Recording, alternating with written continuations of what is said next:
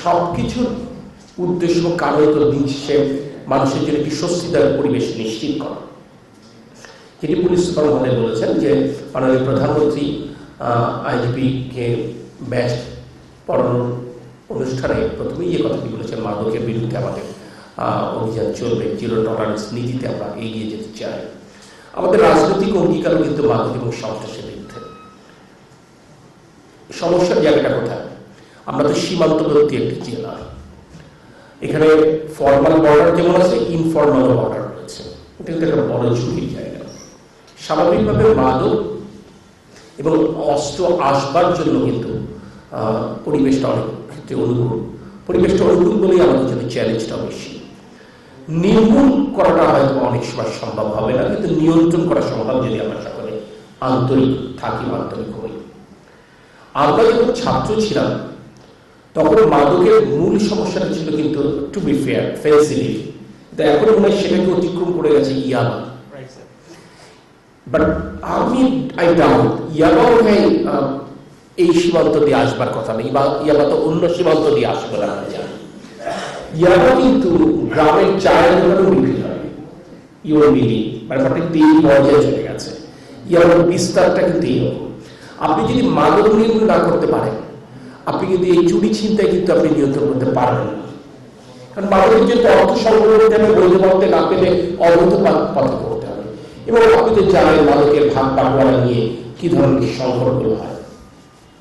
তো আমার ক্ষুদ্র অভিজ্ঞতা, মানে আমি একটা রাজনৈতিক পরিবারের সন্তান, দীর্ঘদিন যেমন মানুষের সাথে মিশি, কাজ করি, গণমাধ্যমের বন্ধুদের সাথেও আমার একটা নিবিড় সংযোগ, সবকিছু মিলে আমার অভিজ্ঞতা বলে মাদক কিংবা সন্ত্রাস এটা তো একটা পর্যালোচনার মতো একটা ব্যাপার। এটা একটা পৃষ্ঠপোষকতা চায়। পৃষ্ঠপোষকতা ছাড়া কিন্তু এটা টিকেও রাখতে পারে না, বিস্তারও লাভ করে না। পৃষ্ঠপোষকতা আমার বিবেচনায় তিনভাবে পৃষ্ঠপোষকতা হতে পারে। আমি রাজনীতি করি আর নিজের দায়িত্বের প্রথমে নিই।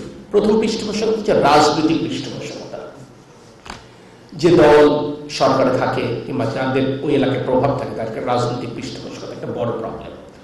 দ্বিতীয় হচ্ছে সামাজিক পৃষ্ঠপোষকতা, রাজনীতি করে না, সমাজপতি, সে একটা বড় ব্যবসায়ী হতে পারে, সামাজিক ব্যক্তি হতে পারে, সেও তার একটা প্রভাব ধরে রাখবার জন্য কিছু লোককে কিন্তু সে মেনটেন করে, তার মধ্যে মাদক ব্যবসায়ী হতে পারে, সন্ত্রাসী হতে পারে। তৃতীয় যে জায়গাটা সেটা হচ্ছে প্রশাসনিক পৃষ্ঠপোষকতা। এই পৃষ্ঠপোষকতা ছাড়া মাদক বা সন্ত্রাস টিকে আছে, বিস্তার লাভ করেছে, এটা মনে হয় বিশ্বাস করা কঠিন হবে। আমি কি করতে পারি? একটি রাজনৈতিক সরকারের অংশ হিসেবে কি করতে পারি?